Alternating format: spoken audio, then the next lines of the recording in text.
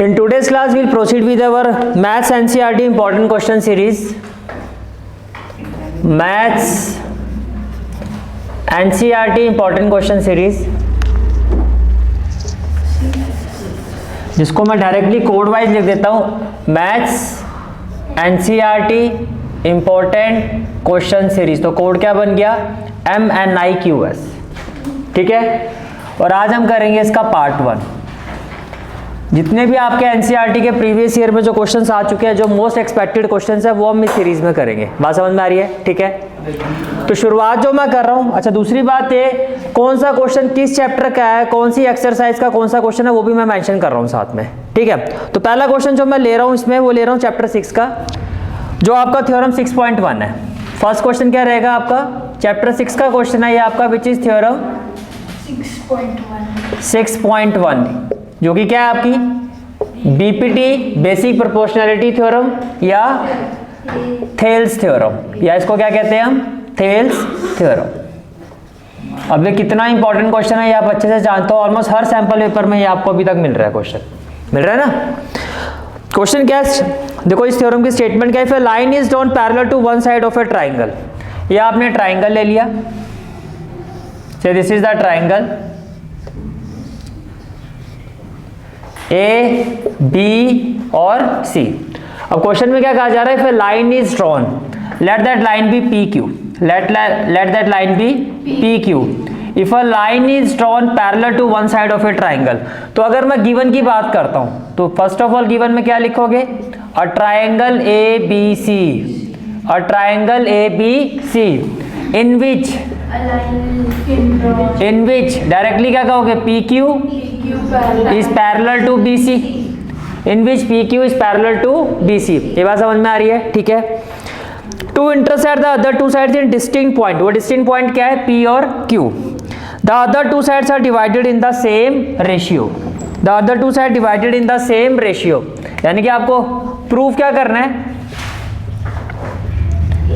कि ये जो दो साइड्स है ये सेम रेशियो में डिवाइड होगी। Means what we have to prove that AP upon PB equal to AQ upon QC, AQ upon QC। ये बात समझ में आ रही है? ठीक है, अब इसके लिए आपको क्या करना होगा? कंस्ट्रक्शन। इसके लिए हमें क्या करना होगा? कंस्ट्रक्शन।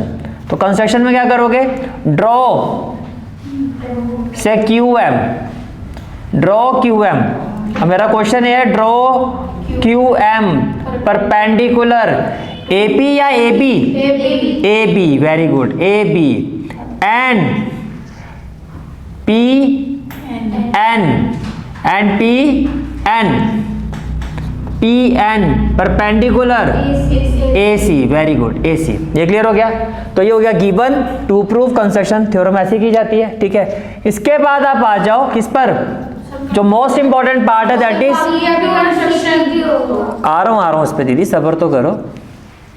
इसके बाद आपको क्या करना है? प्रूफ करना है। इसके बाद क्या करना है आपको? प्रूफ। अब देखो, आपको डिवाइड करना है इसको रेशियो में, AP upon PB, AP upon PB equal to क्या है? AQ upon QC। अब इस कंस्ट्रक्शन में एक चीज आपको और करनी है, आपको इसको क्या करना है? ज्वाइन करना है। Join PC, join PC and BQ, join PC and BQ। क्या इतनी बात समझ में आ गई? क्लियर हो गया? ठीक है, अब देखो, अब हम दो ट्राइंगल कंसीडर करेंगे। पहले मैं लेफ्ट साइड से कंसीडर कर रहा हूं। In triangle APQ upon BPQ। समझ में आ रही है मेरी बात? मैंने दो ट्राइंगल की बात की। मैंने क्या कहा?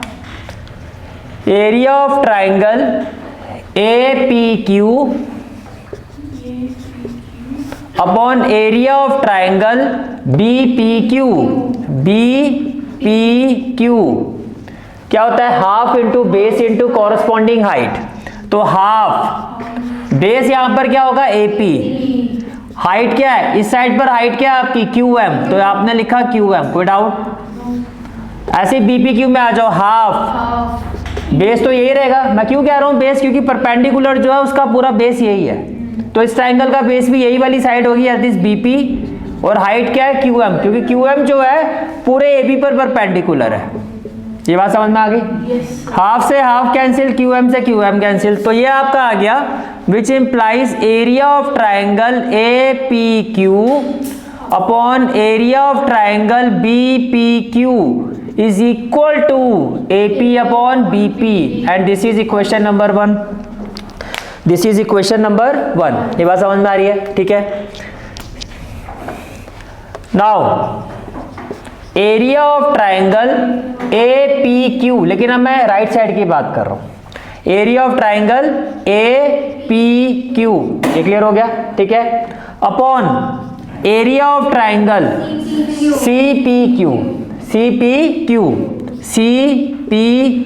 Again half. अब राइट साइड में देखो बेस क्या होगा? AQ और हाइट क्या होगी? PN अपॉन हाफ बेस क्या होगा? QC इंटू हाइट आपकी यही रहेगी क्योंकि PN जो है पूरे इस पर परपेंडिकुलर है, तो ये हो गया आपका PN। ये इससे कैंसिल, ये इससे कैंसिल, तो ये रेशियो किसके इक्वल आ गया? AQ अपॉन QC से। This is equation number 2। This is equation number 2। अब आपने कंसेप्ट स्टडी किया था और वो कंसेप्ट क्या आपका? अब आप कैसे लिखोगे? We know that if two triangles या area of triangle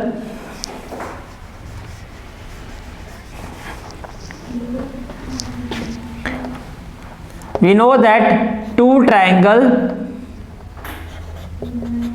having same base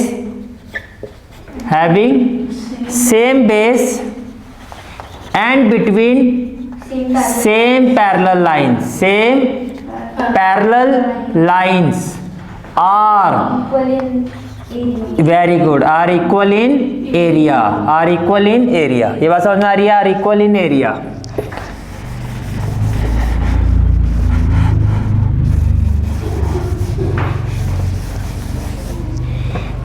are equal in area, ये क्लियर हो गया? तो इसका क्या मतलब हुआ?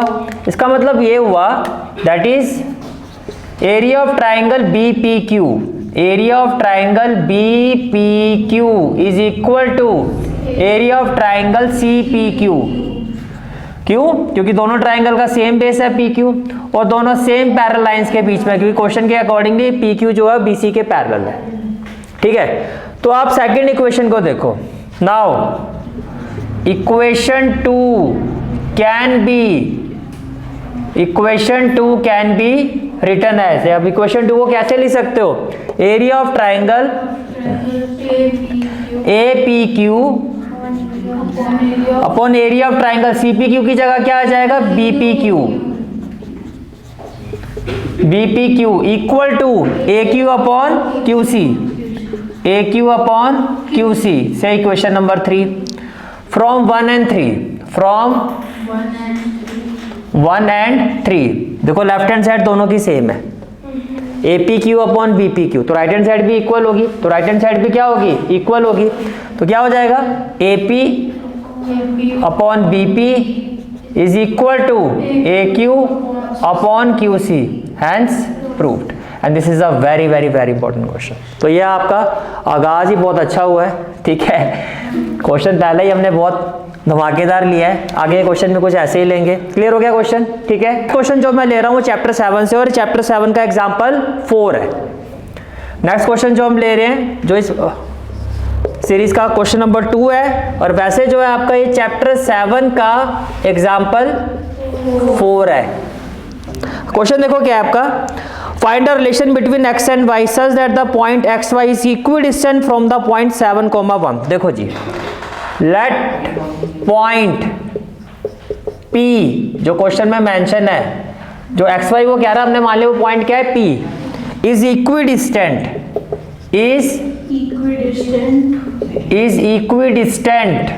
फ्रॉम 7,1 पॉइंट, जो फर्स्ट पॉइंट है उसको A ले लेते हैं, दैट इज 7,1, और जो दूसरा पॉइंट है इसको B ले लेते हैं 3,5। तो आपको रिलेशन फाइंड करना है। क्या फाइंड करना है? रिलेशन। देखो इक्विडिस्टेंट का मतलब ये हुआ कि अकॉर्डिंग टू द क्वेश्चन ये कहा जा रहा है जितना P का A से डिस्टेंस है उतना ही P का B से डिस्टेंस है। कोई डाउट? क्लियर है यहाँ तक? ठीक है, और जब भी ऐसा क्वेश्चन आता है सबसे पहले क्या करना होता है, स्क्वायरिंग बोथ साइड्स। क्यों करते हैं स्क्वायरिंग, कोई बताएगा? कैलकुलेशन को, ताकि वो रूट वाला इफेक्ट खत्म हो जाए। तो ये क्या हो जाएगा, P A square equal to P B square. तो पी ए क्या होगा आपका, पी ए, मैंने कहा इक्वल डिस्टेंस वाले में क्या करना है, जो पॉइंट इक्वल डिस्टेंस पर है दोनों से, उसके कोऑर्डिनेट्स पहले रखो। तो क्या होगा, x minus 7 whole square plus y minus 1 whole square equal to, अच्छा ये भी क्लियर कर देता हूं, आप 7 माइनस एक्स भी करोगे तो भी आंसर सेम ही आना है। Just to make calculation simple, या इसको आसान करने के लिए, just to make calculation easier, ये थोड़ा इजी रहता है कि जो इक्वल डिस्टेंस पर उसके कोऑर्डिनेट्स को जल्दी जल्दी आप फ्लो में चलते हो। x minus 3 whole square plus y minus 5 whole square.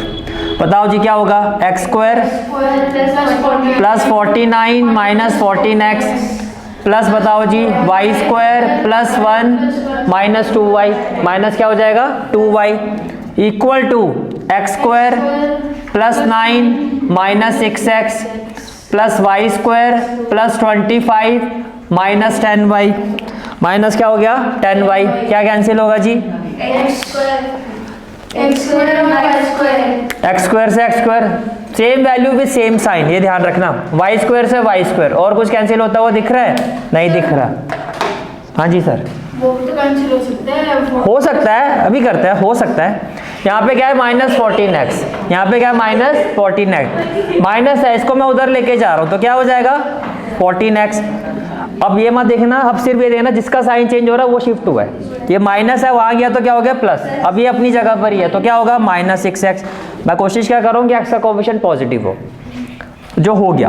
अब y पर आओ, ये पहले से यहाँ पे क्या है माइनस 10y, अब सारी पलटन उधर ही जाएगी तो माइनस 2y है, ये इधर जाके क्या हो जाएगा प्लस 2y, x गया तो इसके पीछे y भी भाग गया, जैसे तुम्हारा हिसाब होता है। आगे देखो जी 49 प्लस 1 50, यहाँ देखो 25 प्लस 9 कितना होता है 34, तो पहले तो प्लस 34, ये भी भागेगा उधर माइनस 50 कह रहा मैं आप भी आ रहा हूँ फिर सारे उधर गायब, इक्वल टू में क्या 0, 14 minus 6 8x minus 10 plus 2 minus 8y, और ये कितना हो गया जी माइनस 16, माइनस 16 इक्वल टू 0, सबको 8 से डिवाइड कर दो दोनों साइड, ये हो जाएगा x minus Y minus 2 equal to 0 is required relation.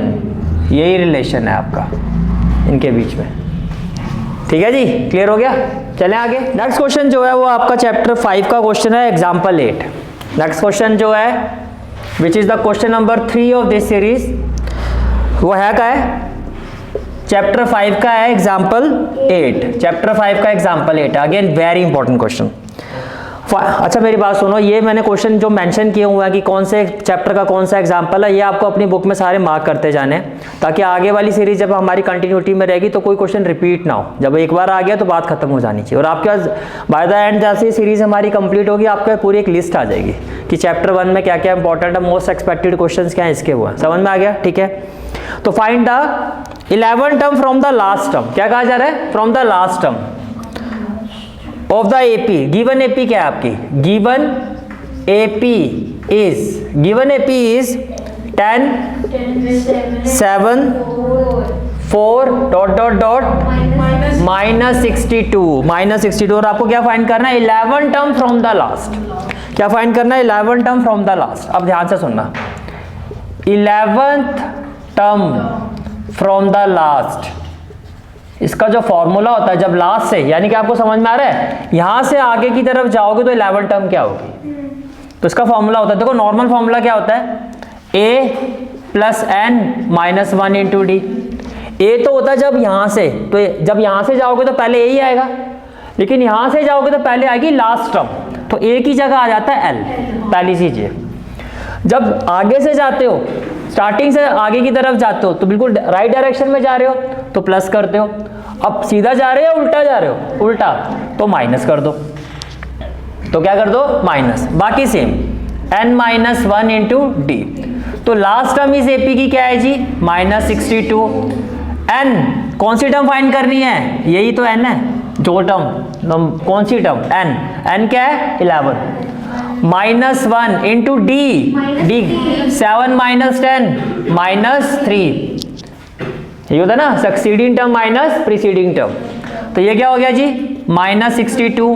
अब ध्यान से सुनो, क्या मैं बोल सकता हूँ minus minus plus 3, minus minus plus 3, 11 - 10, 11 - 1 10, तो -62 + 30, तो आंसर क्या -32, and this is the final answer of this question. समझ में आ गया, क्लियर है, ठीक है। Next question is question number 4, और ये जो क्वेश्चन है आपका, ये चैप्टर 4 का क्वेश्चन है, एक्सरसाइज 4.2 का क्वेश्चन 6। बात समझ में आ रही है? जो क्वेश्चन नंबर 4 है इस सीरीज का, वो चैप्टर 4 का है, एक्सरसाइज 4.2 का क्वेश्चन 6। क्वेश्चन क्या है, a cottage industry produces a certain number of poultry articles in a day. कहता है कॉटेज इंडस्ट्री है जो कुछ आर्टिकल्स बनाती है, हमें नहीं पता कितने बनाती है। It was observed on a particular day that the cost of production of each article was 3 more than twice the number of article produced on that day। तो पहले तो हम ये मेंशन कर लेते हैं, let number of articles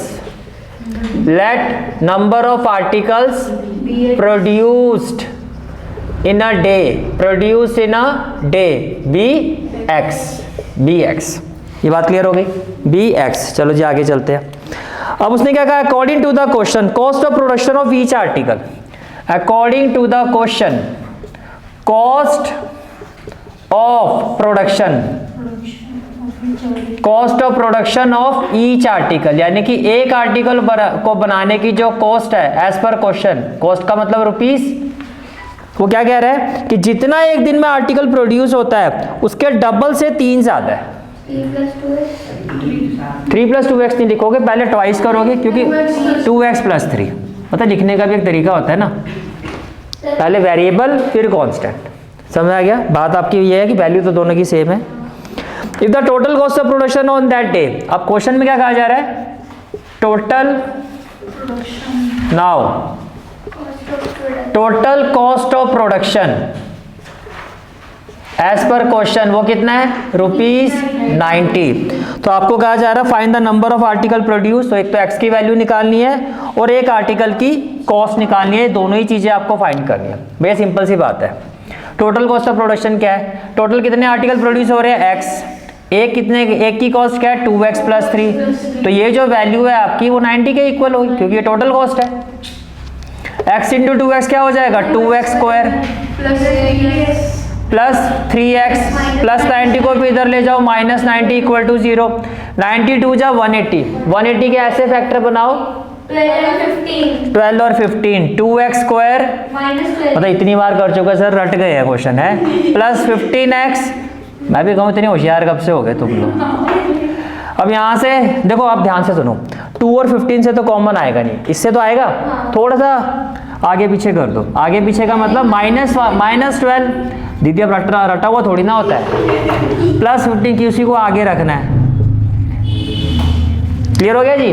अब यहाँ से कॉमन क्या आ जाएगा, 2x, ब्रैकेट में क्या आ जाएगा जी, x - 6, प्लस क्या कॉमन आ जाएगा 15, ब्रैकेट में क्या आ जाएगा, x - 6 इक्वल टू क्या आ जाएगा 0, विच इम्प्लाइज, आगे देखो जी, अब यहाँ से कॉमन फैक्टर क्या है, x - 6 और दूसरा क्या है 2x + 15 इक्वल टू 0। अब x - 6 को 0 के इक्वल रखोगे तो x की वैल्यू 6 आएगी, लेकिन इसको 0 के इक्वल रखोगे तो x की value -15/2 which is not possible, कि भैया ये वैल्यू तो पॉसिबल है ही नहीं, क्योंकि नंबर आर्टिकल एक नेगेटिव तो हो ही नहीं सकता। ठीक है, तो x क्या हो गया 6, तो ये आपका आ गया 6, यानी कि एक दिन में कितने आर्टिकल प्रोड्यूस हो रहे हैं 6, और कॉस्ट कितनी हो जाएगी 6 × 2 = 12 + 3 15, और कॉस्ट आ जाएगी ₹15, and this is the final answer of this question. Clear है? Question is question number 5, right. और ये जो क्वेश्चन है आपका, ये आपका चैप्टर 3 का क्वेश्चन है, एक्सरसाइज 3.1 का क्वेश्चन नंबर 5। ये आपने देखा होगा, आपके एग्जाम में भी काफी बार पूछा गया होगा क्वेश्चन है, इंपॉर्टेंट क्वेश्चन है। क्वेश्चन ये है, half the perimeter of a rectangular garden whose length is 4 metre more than its breadth, find the dimension of the garden. Find the dimension of the garden. चलो जी, अब आपको कहा जा रहा है whose length is 4 metre more than its width. तो सबसे पहले शुरुआत कैसे करोगे, let width of rectangle be, let width of rectangle be x metre, width of rectangle be x metre, then length कितना होगा 4 plus x, length of rectangle be, आपको क्या कहा जा रहा है 4 metre more than its width, यानी कि विड्थ कितनी है x, तो इससे 4 मीटर ज्यादा x प्लस 4 मीटर, राइट। अब according to the question, according to the question आपको क्या कहा जा रहा है, half the perimeter of a rectangular garden, half the perimeter of rectangular garden, half the perimeter of rectangular garden is 36 metre, is 36 metre. तो देवी और सज्जनों, मेरा क्वेश्चन ये है कि पेरीमीटर ऑफ रेक्टेंगुलर गार्डन क्या होता है, 2 into L plus B, फिर वही 2 with in bracket L plus B. बुढ़े हो गए लेकिन तुम्हें फॉर्मूला बताना नहीं आया। अब दीदी फिर ऐसे ही दीदी हर बार यही कहती है, अपनी गलती नहीं मानती। बात तो एक ही है सर, नहीं दीदी एक बात नहीं होती। अब देखो जी, तो ये 2 से 2 उड़ा दूं, उड़ा देते हैं। L कितना है, उड़ाने में तो वैसे ही माहिर हो। प्लस में क्या हो गया, b हो गया, x इक्वल टू क्या हो गया 36, तो 2x इक्वल टू क्या 32, तो x की वैल्यू क्या 16। अब बता दो जी डायमेंशन क्या होगा, विड्थ क्या होगा 16, विड्थ होगा आपका 16, therefore width is equal to x equal to 16 metre and length is equal to x plus 4, that is 16 plus 4 equal to 20 meter, and this is the final answer of this question। यदि paper में वहाँ जब आपके पास board में question आएगा वहाँ पे नहीं कहा जाएगा 1 वेरिएबल 2 वेरिएबल। इसमें चैप्टर 3 की ऐसी एक्टिविटी की चैप्टर 3 में कौन से फॉर्मूले पर्टिकुलर फॉर्मूला से करो, नहीं तो मेरा ये हो गया था उसको क्वाड्रेटिक। नहीं क्यों करना है दीदी, पहले आप जब आप चैप्टर 3 नहीं ऐसा कुछ, अब मेरी बात सुनो, जब एग्जाम में आपके क्वेश्चंस हुए हैं, प्री बोर्ड हुए हैं ना, किसी में लिखा हुआ है 1 वेरिएबल बाय 2 वेरिएबल, आपको पहले सिखाया गया कि भैया 2 वेरिएबल से ऐसे होता है, फिर आप 4 में गए तो आपने देखा कि 1 वेरिएबल से कैसे डील किया जाता है, आपकी नॉलेज एक्सपेंड। अब आपके पास जैसे जैसे आप आगे बढ़ते जाते हो आपके पास मल्टीपल मेथड्स आते जाते हैं। अब आप इसको एक मेथड से करो, दूसरे से करो, है क्वेश्चन में नहीं कहा जाता कि 1 और 2 कहा जाएगा तो आपको करवा ही रखा है एक्स और वाई से कैसे करना है। लेकिन जनरली कभी भी क्वेश्चन में ऐसा नहीं बोला जाएगा कि 1 वेरिएबल, वो कहेगा भैया ये क्वेश्चन है इसको सॉल्व करो, दैट्स इट। समझ में आ गया, ठीक है। Next question is question number 6। Next question is question number 6। Question number 6 जो है आपका, ये आपका चैप्टर 2 पॉलिनोमियल का एग्जांपल 3 है। और क्वेश्चन क्या है देखो, find the zero of the polynomial. तो गिवन पॉलिनोमियल क्या है, एक्स स्क्वायर माइनस 3, ये आपका गिवन पॉलिनोमियल है। This is the given polynomial. आपको इसके जीरोस फाइंड करने और रिलेशनशिप फाइंड करना between the zero and the coefficient. इस तरह का क्वेश्चन भी काफी एक्सपेक्टेड रहता है, ठीक है। सबसे पहले देखो इसको एक आइडेंटिटी में कन्वर्ट करना, तो मैं क्या लिख सकता हूं, एक्स का स्क्वायर माइनस √3 का स्क्वायर, तो क्या बन गया a square minus b square which is equal to a plus b and a minus b. Agree करते हो। मुझे तो फाइंड करने हैं जीरो, तो जीरो के लिए क्या करना होगा, टू फाइंड जीरोस, इसको जीरो के इक्वल करना पड़ेगा। तो अगर मैं x प्लस √3 को जीरो के इक्वल रखता हूं तो x की वैल्यू क्या माइनस √3, एंड अगर मैं x माइनस √3 को जीरो के इक्वल रखता हूं तो x की वैल्यू क्या √3, ठीक है। Let alpha and beta be the zeros. तो आप क्या कह रहे हो, इसका मतलब आप ये कह रहे हो कि alpha is equal to, that is हम ये कह रहे हैं कि एक जीरो जो है अल्फा माइनस √3 होगा, दूसरे जीरो को हम बीटा ले लेते हैं जो किसके इक्वल होगा √3 के। अब ये आपकी इक्वेशन है, इसको इक्वेशन 1 ले लो। अब सबसे पहला काम क्या करोगे, comparing equation 1 with standard quadratic equation. Standard form क्या होती है, ax square plus bx plus c equal to 0। ये बात समझ में आ रही है, ठीक है। एक्स स्क्वायर का कोफिशिएंट यहाँ पे 1 है तो a तो हो गया 1, x यहाँ पर है ही नहीं, तो b हो गया 0, गया वो तो। c क्या है -3, c क्या है -3। अब हमें क्या करना है, वेरिफिकेशन। क्या करना है, वेरिफिकेशन। सबसे पहले क्या करोगे, आप चेक करोगे कि क्या alpha plus beta minus b by a के इक्वल आ रहा है। तो अल्फा कितना है -√3, बीटा कितना है √3, और माइनस बी हो गया -0, ए क्या हो गया 1। तो अगर मैं इसको सॉल्व करता हूं तो ये मेरा 0 और -0 भी 0 ही होता है। ये तो हो गया वेरीफाई। अब आप चेक करोगे क्या अल्फा बीटा आपका c बाई ए के इक्वल आ रहा है। तो अल्फा कितना -√3, बीटा कितना √3, c -3 -√3 इक्वल टू 3, तो ये भी वेरीफाई हो गया, ये भी इक्वल -3, ये भी इक्वल, हैंस प्रूव्ड या हैंस वेरीफाइड, हैंस वेरीफाइड। कहानी क्लियर, ठीक है। Now next question is which is the question number 7, which is the question number 7। Question is check whether 6 raise to power, ये जो क्वेश्चन एक्सरसाइज 1.5 का question number 5 है। Check whether 6 raise to power n, आपको check करना है 6 raise to power n क्या कभी भी एंड कर सकता है with digit 0, with digit 0 for any natural number n। Natural number का मतलब जैसे n की जगह 1 रखोगे तो 6 आएगा, लास्ट में 0 नहीं आया। 2 रखोगे तो 36 आएगा, 3 रखोगे तो 216 आएगा। कितना आएगा 216, आगे मैं नहीं रख रहा, ठीक है। अब देखो डिजिट 0, डिजिट क्या कह रहा है 0, तो भैया ये तो पूरे दिन बैठे रहो ना, नेचुरल नंबर कभी खत्म होने वाले, और तुम जैसे बिल्लो के पास तो टाइम ही टाइम है, तुम भी पूरे दिन लेके बैठे रहो। सर आ नहीं रहा, कोशिश में लगे हुए हैं, ऐसे नहीं करना होता।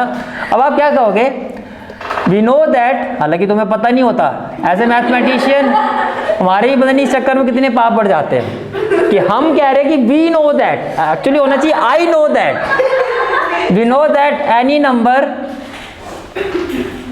चलो मान लेते हैं आप भी ज्ञानी हो, any number which ends with digit 0, which ends with digit 0, तो कोई भी नंबर ले लो। जैसे शुरुआत कहाँ से करोगे 10 से, तो 10 के फैक्टर बनाओगे 2 के टेबल में आएगा, 5 के टेबल में आएगा, या 10 के टेबल में आएगा। 2 और 5 तो आ गया। अब ऐसे ही मैं 10 के बाद नेक्स्ट 0 वाला नंबर लेता हूँ 20, तो इसमें भी देखो 2 5 जा 10, 10 4 जा 10 2 जा 20, 2 5 जा 10, 10 2 जा 20, ठीक है। ऐसे आप 30 ले लो तो 2 इंटू 5 10, 10 3 जा 30 हो जाता दीदी। चलो अब ये देखो आप, जैसे 10 हुआ तो 2 इंटू 5 इंटू 1 हुआ, कितने खुश हो रहे हैं, 2 इंटू 5 इंटू 2। अब इसमें कॉमन फैक्टर क्या दिखाई दे रहा है कि हर जगह आपको ये दोनों पहुंचे हुए मिलेंगे। ये देखो हम यहाँ भी आ गए, यहाँ भी आ गए, जहाँ 0 वहाँ हम खड़े हो गए, जहाँ 0 होगा वहाँ हम दोनों भाई खड़े होंगे, हैं। अब 6 का फैक्टर निकालो। अगर मैं फैक्टर्स ऑफ 6 आपसे पूछता हूँ तो आपने क्या, we know that any number which ends with digit 0 must have 2 and 5 as its factors. Yes, must have 2 and 5. 2 and 5 as its factors. 2 and 5 as its factors. Must have 2 and 5 as its factors. 2 and 5 as its factors. ये उसके जो होंगे 2 और 5 क्या होंगे, factors होंगे, ठीक है जी। अब देखो, अब मैं 6 को फैक्टराइज कर रहा हूँ। अगर मैं 6 को फैक्टराइज करता हूँ नाउ, तो 6 के फैक्टर क्या है, 2 इंटू 3 है, बट 6 डजंट हैव 2 and 5। मैं यहाँ पे लिख देता हूँ मस्ट हैव 2 and 5 बोथ, क्या both 2 and, but 6 doesn't have both 2 and 5 as its factors, 2 and 5 as its factors. ये कहानी क्लियर। तो क्या कहोगे, therefore 6 raised to power n can never ends with digit 0। Is it clear, ठीक है। तो ये आज की क्लास के आपके क्वेश्चन थे, ठीक है। This is for today's class. I hope you like this class, and if you like this class then do like, share and subscribe my channel. And don't forget to press the bell icon. Bell icon press करने से क्या होगा, जो भी मैं lecture upload करूंगा you will get the notification of that lecture. Thanks for watching this video. जहाँ तक आपके मैथ्स कोर्स की बात है, कंप्लीट मैथमेटिक्स कोर्स की जो प्लेलिस्ट का लिंक है वो आपको डिस्क्रिप्शन सेक्शन में मिल जाएगा। So bye, take care and have a great day.